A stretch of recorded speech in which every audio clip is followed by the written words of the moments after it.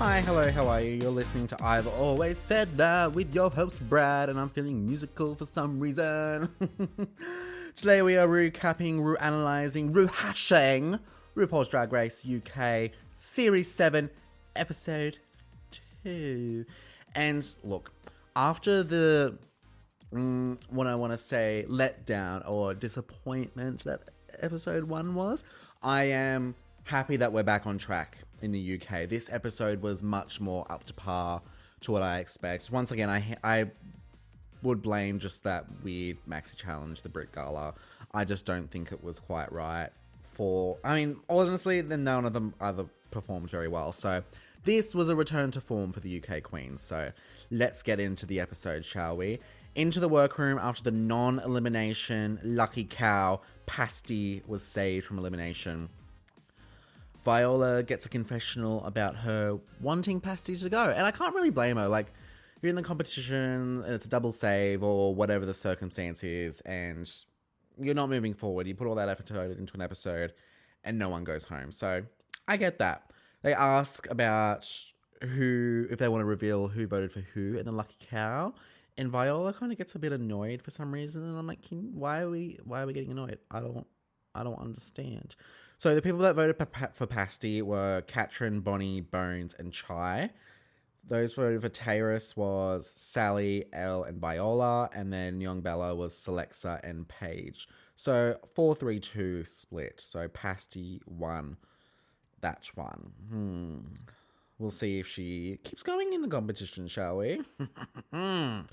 It's a new day in the workroom, and Viola is getting like a bit of a pick-me-girl edit. She's like, they're all talking about what's possibly coming up, and she's like, I don't care what's coming up. I'm probably going to sing no matter what we do and showcase my talents. And I'm like, okay, why are you kind of annoying me right now? This is not the energy I expected or wanted from you. Rue comes into the workroom and announces the Lucky Cow is done for. And I'm like, so it was rigged. Like, it was a premiere episode riggery. No matter who the queens voted for, whoever had the majority, they were going to put them in the bottom and send them home to be saved. Like, you can't convince me otherwise. I don't see them doing any other way. It was just so that they don't do the usual top 2 lip sync for their life they do usually in the UK season. So change it up a little bit, I guess. They've got a mini challenge this episode, and I love a mini challenge, and I love this mini challenge because it is also incorporating one of my favorite shows, The Traitors, or as they are calling it, The Tainters. They've got 10 minutes to get into quick Claudia Winkleman Tainter Drag, which is the host of UK Traitors, and they nail it. They all fucking nail it. They all look insane with their little black bobs and their makeup and their traitor coats and everything. It looks awesome. So Raven comes out. Love Raven. Woo! Welcome. And they're kind of voting for each other on certain categories with a little chalkboard and chalk like they do in the Traitors.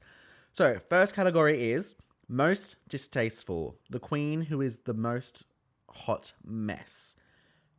Pasty wins that category, hands down.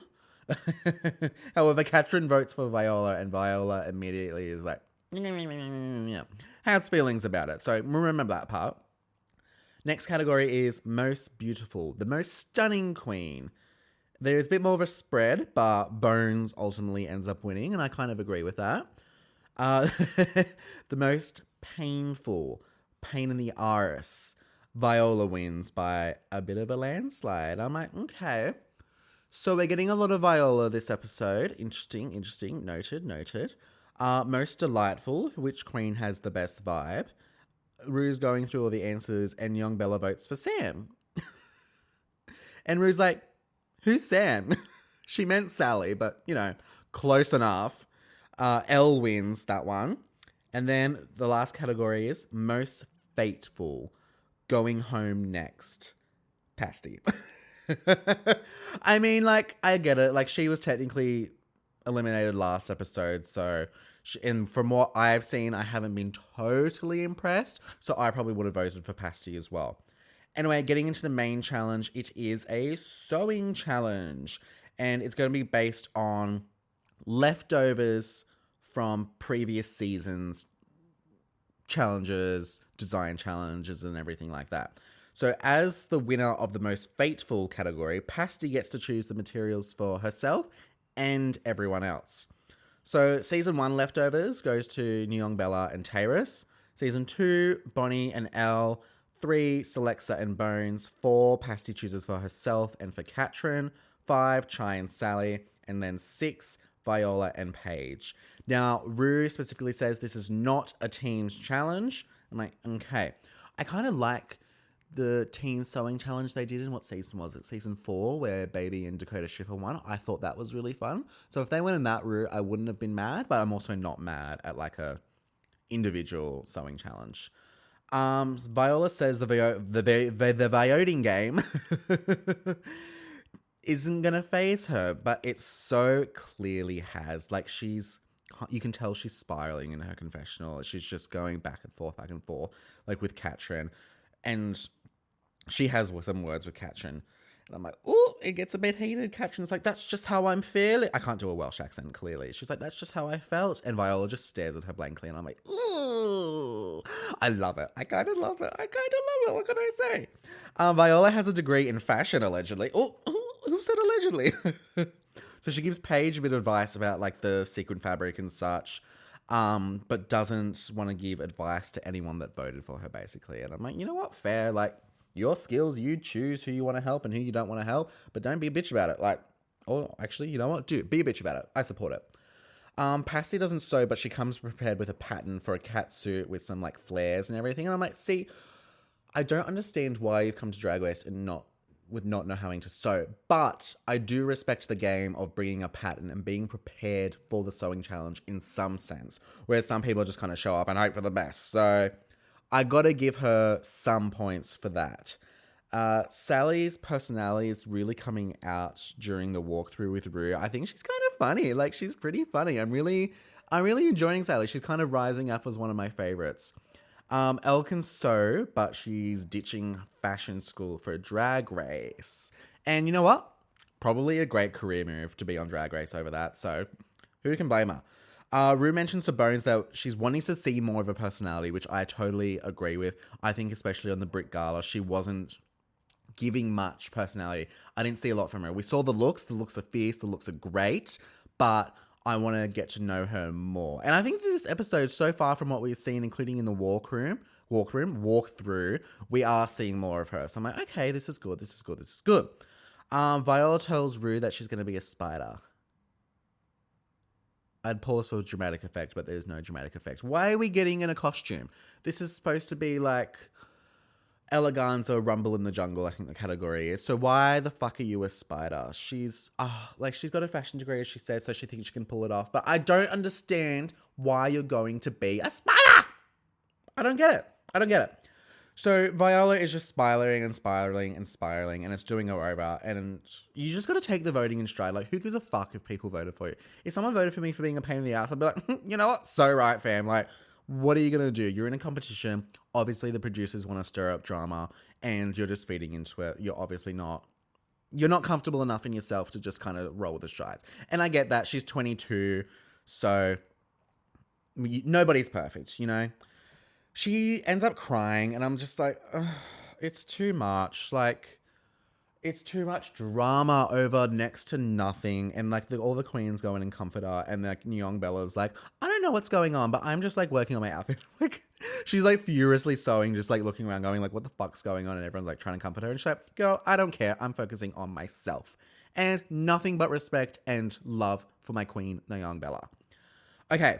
Category is Rumble in the Jungle Eleganza. First up, we have Select's Addiction, and she is a seamstress. She gave us 3 options of what she was going to sew, and she went for this gold kind of galactic space number. I think it is really well put together. She like boned the corset herself. I like the cape. I don't love the stars headpiece. I feel like it's a bit floppy. It's kind of giving a bit ears rather than stars on a headpiece. It's giving simple, but I know the boning in the corset would have taken a lot of time, energy, and talent to be able to create, but I don't think that's necessarily translating. I also don't like the hair with this. The hair with this is a bit flat. It's good. I think it's a very safe look. Next up, we have Bones, and she's used yoga mats to create this kind of paper doll Barbie fantasy. And I really love this. She said she was worried about just kind of relying on the body. And I think Rue kind of gave a good point. You have to, it's about balance. Like, you're walking out of a bikini is one thing, but then walking out with something that's constructed and has a concept behind it is another thing. And I think she's executed this really well. She used the yoga mat. She's painted on details. It's simple, but I think that material will be really hard to work with. So I really like this look from Bones. We have Elle Voss in this kind of blue number. It's fine. Like, it's not really memorable. I think my favorite part is definitely the boa she made. It looks like a lot of effort went into that. And as Rue said in the walkthrough, it's like, you can't really go wrong with this. And I think because of all the different shades of blue and cutouts of blue, you can't see the details on the hem or anything like that. So if there were any issues with it, she's covered it nicely and she looks good. She looks good, you know.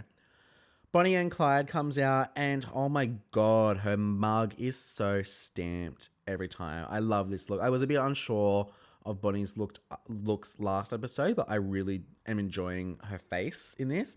I love this look from like the knees up. She's wrapped this, I think it's like gold tulle or like some sort of mesh around her waist. I don't think that was needed. If she made a belt or something instead, I think that would have worked much better. And then she's used this other material from the knees down. And I'm like, no. I think she just should have kept using like the tiger, leopard, whatever material it is to go all the way down. I don't love that. I don't hate it. I really don't hate it. I think it's fine, but I just think there's a couple little things that are really throwing it off. We have Tyrus Mongardi up next.